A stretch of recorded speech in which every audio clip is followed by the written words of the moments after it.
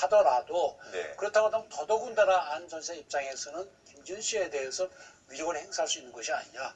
유죄다. 그런 의견을 내주셨는데 네. 오늘 그 항소심에서는 결국 피해자 김지은 씨의 진술이 진실이다. 네. 특히 이제 원심에서는 김지은 씨 진술이 앞뒤가 잘 맞지 않다. 또 예. 객관적인 사실 안 맞는 부분이 있기 때문에 네. 믿을 수가 없다. 그래서 네. 무죄를 했는데 네. 여러 차례 이제 그 재판부에서 성인지 감수성, 즉 네. 성폭행 피해를 입은 당사자의 경우에는 그런 당혹감이나 분노, 수치심, 불안 그런 것 때문에 앞뒤 말이 안 맞을 수 있는데 그걸 감안해서 그 진술이 진실이냐 아닌지를 파악을 해야지 소소한 부분에 신경을 써서 틀리다고 해서는 안 된다 이렇게 본 것으로서 네. 이 사건의 경우에는 김지은 씨의 진술이 믿을 수가 있다. 네. 그리고 오히려 안희정 전 지사의 경우에는 진술이 왔다 갔다 한다. 특히 이제 그 1심에서는 피고인 신문을 안 했습니다. 그래서 사실은 이제 처음이 이제 2019년 3월 5일 날 예. 3월 5일 날, 예, 네. 그 김지은 씨가 TV를 통해서 이제 이 사건을 폭로를 했을 때 안 전 지사는 비서실이 발표하기는 합의해온 거다 그랬더니 안 전 지사 합의해온 건 아니다 이렇게 했다가 재판 과정에서 또 합의해온 것이라고 주장을 했거든요. 네. 그래서 아마 이렇게 진술이 번복된 것이 아마 피고인 신문에서도 나왔을 걸로 보입니다. 물론 항소심은 당시 프라이버시 보호 때문에 비공개로 예. 진행이 됐는데 네. 아마도 피고인 신문 상조의 검사들이 앞뒤가 맞지 않는 부분에 추궁을 했을 것이고 네. 법원도 볼 때 지금 안 전 지사는 진실을 말하고 있지 않다. 근데 오히려 김지은 씨의 경우에는 본인이 당한 그런 그 성인지 감수성적인 문제 때문에 좀 다소 맞지 않는 부분이 있지만 전체적으로는 진실을 말하고 있다. 그렇다고 한다면 안 전 지사에 대해서는 마땅히 형사처벌이 가능하다. 이렇게 본 걸로 보입니다. 예. 혐의가 한 10개였던 거예요? 그렇습니다. 네. 10개 중에 4번이 이제 업무상 위력을 이용해서 간업을 했다는 것이고, 네. 6번은 이제 추행인데, 특히 이제 6번 중에 5번은 강제 추행, 한 네. 번은 이제 위력을 행사한 추행이라서 네. 죄명은 다릅니다만, 기본적으로는 추행으로 다 인정을 할 수가 있는 거고요. 네. 지금 이제 원심에서는 각 추행의 경우에도 전부 진술을 믿을 수가 없다. 객관적 증거가 부족하다. 네. 그렇게 해서 다 이제 배척을 했는데 지금 아마 항소심에서는 그 도지사 집무실에서의 집무실에서, 그것만 빼놓고 나머지는 다 그 김지은 씨의 진술이 맞다. 네. 따라서 그렇다고 한다면 강제추행도 인정이 된다. 그렇게 본 걸로 보입니다. 특히 네. 강제추행 같은 경우는 우리 형법상 10년 이하의 징역이거든요. 네. 또 위력에 의한 간음 같은 경우도 5년 이하의 징역이고 따라서 이 10개 중에서 아마 몇 개가 무죄가 났는지는 정확한데 적어도 대부분이 뭐 유죄라고 한다면 예. 네. 법정 구속은 피할 수 없는 것으로 보입니다. 예. 따라서 그래서 이제 법정 구속 그렇습니다. 판결이 나온 거군요. 그렇습니다. 네. 이 과정에서 사실 피해자 혼자만의 진술을 재판부가 본 것 같지는 않고요. 그 그렇습니다. 전임 비서, 그 전임 비서의 진술도 일관되다고 그렇게 판단을 한 그렇습니다. 모양이에요. 네. 결국 이제 이런 사건이 생기게 되면 더더구나 안 전 지사가 정치인이기 때문에 예. 결국 둘로 갈라지게 되거든요. 안 전 지지자들의 경우에는 어떻게 했든지 유리한 이야기, 안 지사에게 유리한 얘기를 하려고 할 것이고 한편 그 김지은 씨 쪽에서는 김지은 씨의 말이 맞다는 그런 진술을 할 수밖에 없는데 네. 사실상 그 역학관계에 있어서는 김민 씨 쪽이 어렵죠. 그렇죠. 네, 그런 점에서 이제 객관적인 참고인들 또는 증인들의 진술이 중요한데 이제 원심에서는 주로 그 안전지사 쪽에 증인들이 나와 증언을 했죠. 네. 그래서 일반적으로 다 김지은 씨가 오히려 이상한 사람이다. 마누라 비서라는 얘기까지도 들었다. 네. 그래서 어떤 그 연정을 품었다가 그게 안 되니까 이렇게 하는 것이다. 그런 식으로 이제 네. 됐는데 지금 항소심에 무엇보다도 똑같은 인간으로서 평등하게 다 똑같이 대우받고 똑같이 이 그 뭡니까 사회에 진출하고 활동하는데 여러 가지 제약 같은 것들이 없어야 되고 특히 이 또 남성들의 그 약간 물리적인 폭력에 의해서 이렇게 여성들이 희생되는 그러한 상황은 더 이상 재발돼서는 안 된다는 부분에 대해서는 아마 모든 국민들이 이제는 확실한 공감대를 만들지 않았나 생각이 듭니다. 한 가지만 말씀드리면요. 네. 그에 반면에 솔직히 저 남성 입장에서는 좀 한 가지만 좀 말씀드리고 싶습니다.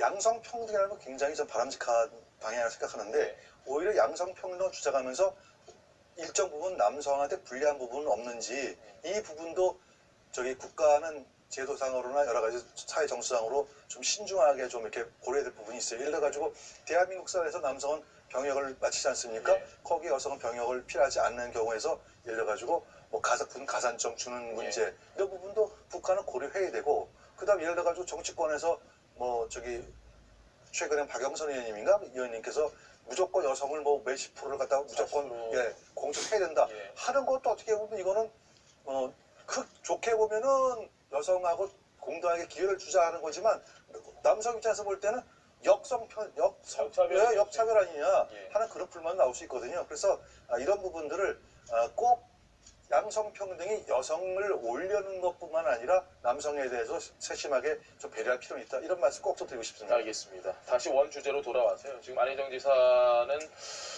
아마 잠시 뒤면 이제 구치소로 이동을 할 것 같은데요. 지금 보면 법원이 했던 얘기 중에 이 김지은 씨의 폭로 경위를 하고 다시 파기환송을 해도 집행유예 가능성이 지금 없어졌다는 점이 조금 중요한 대목인 것 같이 보여요. 만약에 저게 징역이 3년 이하의 징역이 나왔으면 집유예 가능성을 저희들이 따질 수 있는데 사실 3년 6개월이라는 게 나왔기 때문에 그런 부분이 없는 것이고 결국 대법원에서는 저희가 사실심, 사실 판단의 권한이 있는 것이 아니라 사실 법률적 관점만 판단하는 거거든요. 즉 2심에서 했던 그런 어떤 심정 경로의 형성이 잘못되었다. 심리 미진이라든가 판단 유탈이라든가 재정법칙 위반 이런 이야기를 해서 파기환송을 하는 건데 지금 2심에서 나와 있는 증거들을 판단한다면 과연 대법원에서 어떠한 형식으로 파기환송을 할지는 아니면 그것을 기각할지는 저희들이 좀 지켜봐야 되는 대목이라고 어쨌거나 상고할 가능성이 높은 거니까요. 안희정 전 지사가 1심 판결에서 무죄를 받고 한 얘기가 있었습니다. 그 얘기를 좀 한번 들어보겠습니다.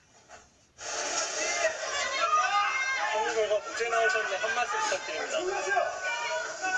여러분 죄송합니다. 부끄럽습니다. 많은 실망을 드렸습니다.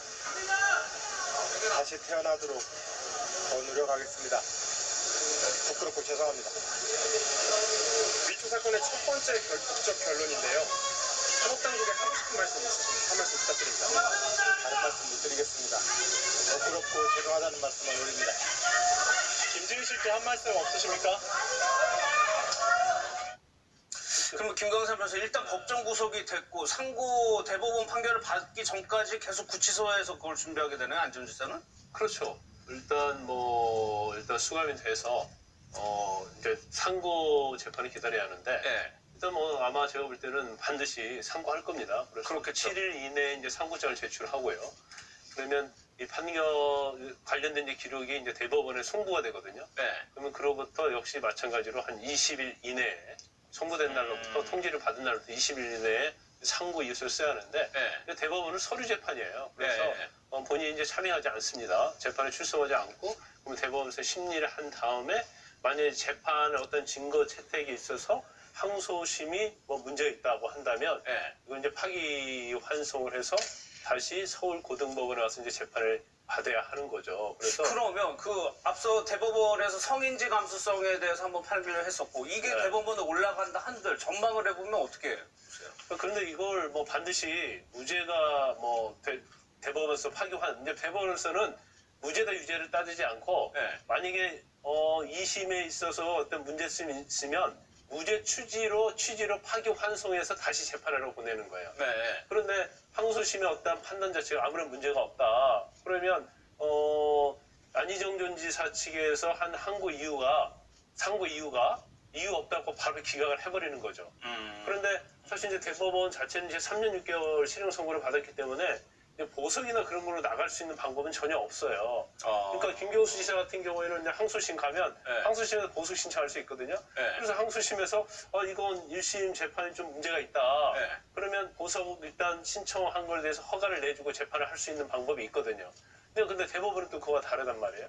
그럼 대법원에서는 결국 선고를 하게 되면 무죄의 취지로 파기환송하느냐 아니면 안희정 전 지사의 상고를 기각하면서 바로 확정이 되느냐 그것만 남아있기 때문에 마지막 재판이라고 이렇게 볼 수 있는 거죠. 그래서 기각해버리면 3년 6개월 실형을 복역해야 하는 그런 상황이 되는 거죠. 경우는 이번 기회에 안희정 지사를 중심으로 해서 이 범죄에 대해서 강한 판결을 내놓고 해서 그동안 우리 사회가 가져왔던 위기에 의한 이제 범죄 있지 않습니까? 네. 자신의 권력을 이용한 범죄. 이건 정말 용납할 수가 없다. 자, 그거 자체가 명시적으로 어떤 행사가 말되지 않는다 하더라도 네. 실제 그 지위만으로 해서도 충분히 그거는 유죄의 어떤 심증을 가질 수 있다라고 판단하기 때문에 저는 아마 앞으로 지난 대선에 후보로 경선 후보로 출마했던 지금 안희정 지사가 이제 3년 6개월 또 지금 이제 이재명 지사 같은 경우는 지금 선거법 위반 등의 혐의로 해서 지금 또 현재 지금 기소제에서 재판을 기다리고 있는 상황이겠습니다.